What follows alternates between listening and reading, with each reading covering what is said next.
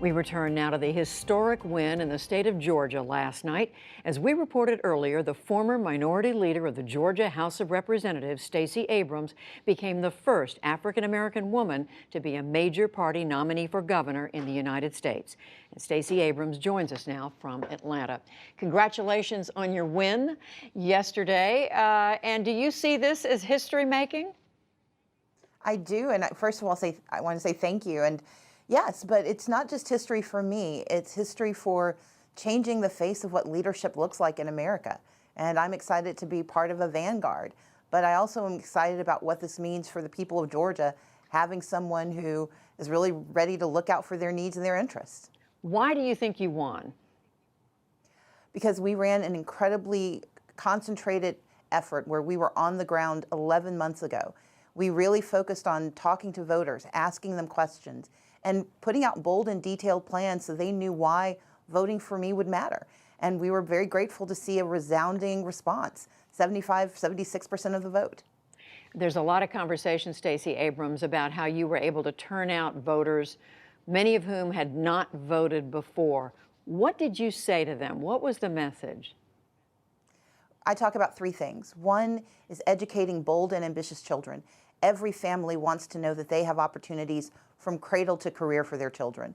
And we have very specific plans about how we can invest and have access for every family. Number two, it's about making certain there are good jobs in every single county in Georgia. And we have a lot of them, 159. And really focusing on small business investment because we know those are the jobs that pay the best and stay for the long term. And the third is making sure government works for everyone. And at the center of that is the conversation about expanding Medicaid in Georgia. Medicaid expansion would cover more than 500,000 people, create more than 50,000 jobs, and save 15 rural hospitals.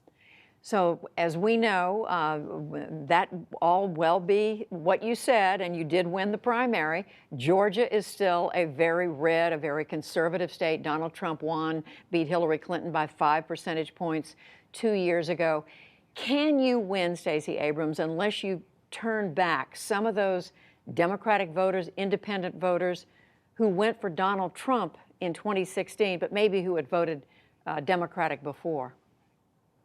I want every voter in the state of Georgia. I want every independent thinking voter. But I do think that Georgia is actually a bluer state than people realize. We have an opportunity to turn out voters who haven't voted in recent years. They vote in the presidential election, but not in the gubernatorial election. And we have more than enough of those voters to win without compromising our values and pretending to be moderate to conservative to appeal to a certain segment. There are places where we differ on policy, but at the core of being a progressive in Georgia, it's about making sure that we're helping families have the freedom and opportunity to thrive. And I know from my personal experience as a Democratic leader that that message resonates across the state. So the New York Times, of course, covered your race, and among other things they wrote today, they said she has signaled that she is not likely to spend much time pleading with rural whites to return to the Democratic Party. Is that accurate? That's a mischaracterization of the state. Number one, in the rural communities of Georgia, it's a very diverse community. A third of rural Georgia is African American. But the reality is whether you're rural or urban or suburban, you want your kids to have a good education. You want good jobs and you want your hospitals to stay open. Those are all issues that appeal to everyone.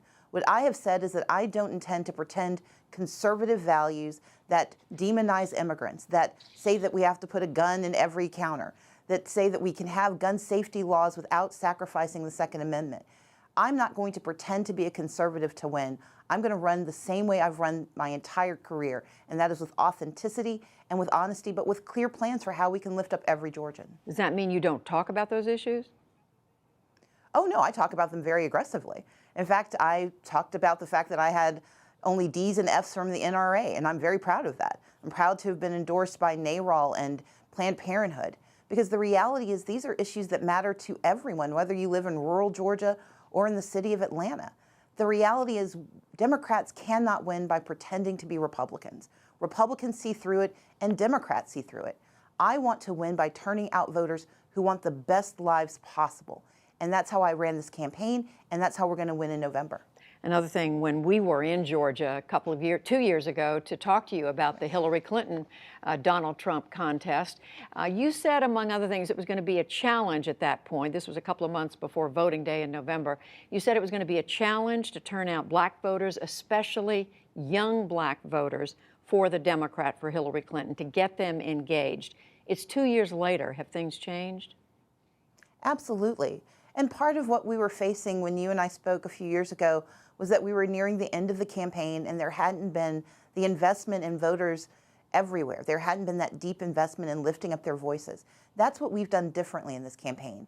But we've not only done that for young African Americans, we had one of the highest turnouts of Latino voters in Georgia history. We had a high turnout among Asian Pacific Islanders. And in fact, for Democrats in Georgia, we nearly matched Republican performance, something that has not happened in the last 15 years. Those are all very strong signals of the energy and the enthusiasm that's available if we have candidates willing to do the investment of cultivating those voters. And that's what I've been doing for the last 11 months, and that's what I'm going to keep doing for the next 6 months until we win. Does it help you or hurt you if Donald Trump campaigns in Georgia? Donald Trump appeals to a very specific part of the state, and the Republican Party and the Republican electorate is its own beast. My mission is not to beat Republicans. My mission is to galvanize and energize Democrats and independent thinking voters who understand that our mission and our message are the right ones for Georgia. And I think that what we saw happen yesterday across the state of Georgia is that whether you live in rural North Georgia near the border of Tennessee or down on the coast near Savannah, that people heard our message and they turned out in record numbers. My job is to simply scale the message and scale the numbers. Stacey Abrams, winner of the Democratic primary for governor of the state of Georgia. Congratulations. Thank you.